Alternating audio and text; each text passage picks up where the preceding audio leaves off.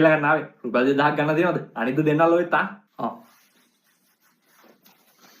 උඹට හරියවනේ BMW එකක් මම දැක පාක් කරලා දිනවා ඒ ඉස්සරහා. පොඩ්ඩක් දන්නේ නැද්ද ඉතින් ෂේප් එකේ ගේමක් ගහන් යනවා. මට නම් නහුතරම කියලා බං ඉන්නේ. සුනිල්වත් තමයි. හොඳම එකෙන් කියලා වෙලින් ඉන්නේ. අන්න ඒකනේ මචං. මම ප්‍රාර්ථනා කරන්නේ මට විතරක් හරි ගිහිල්ලා බෑ. අපි හැමෝටම හරියන්න ඕන. මට, උඹට, මගේ අසල්වැසියන්ට, මගේ නෑදෑයන්ට, මගේ වයිෆ් ගේ නෑදෑයන්ට පොඩි කාලේ ඉඳලා එකට සෙල්ලම් කරලා ඉස්කෝලේ ගිහපු මගේ බොක්කේ යාළුවෝ ටිකට මේ හැමෝටම හරි කිව්ව දවසක තමයි මචං මං ඇත්තටම සතුටු වෙන්නේ. මචං උඹට හරියන්න ඕන ඕකයි. උඹේ බොක්ක හොඳයි බං. උඹේ බොක්ක හොඳයි. උඹේ කිව්ව ටික උඹේ බොක්කෙන්ම කිව්ව කියලා මට තේරෙනවා.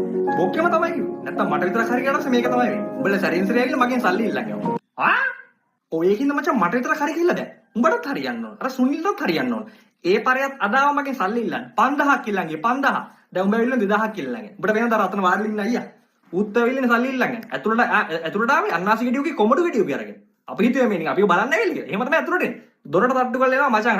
සානක ගියා ඇවිල්ලා. සානක අනේ කියනකොටම තව එකෙක් ඇවිල්ලා. පල්ලෙන්නේ. මුංයකෝ. තොට මම මේක අද දෙන්න. හැබැයි පුතේ තෝයි මගෙන් සල්ලි ඉල්ලන් ආවොත් තොට මං ගහන්නේ මෙන්න මේ ලැඩ් බාල්දිය. ගහලා පහල ඇලට මම එනවා.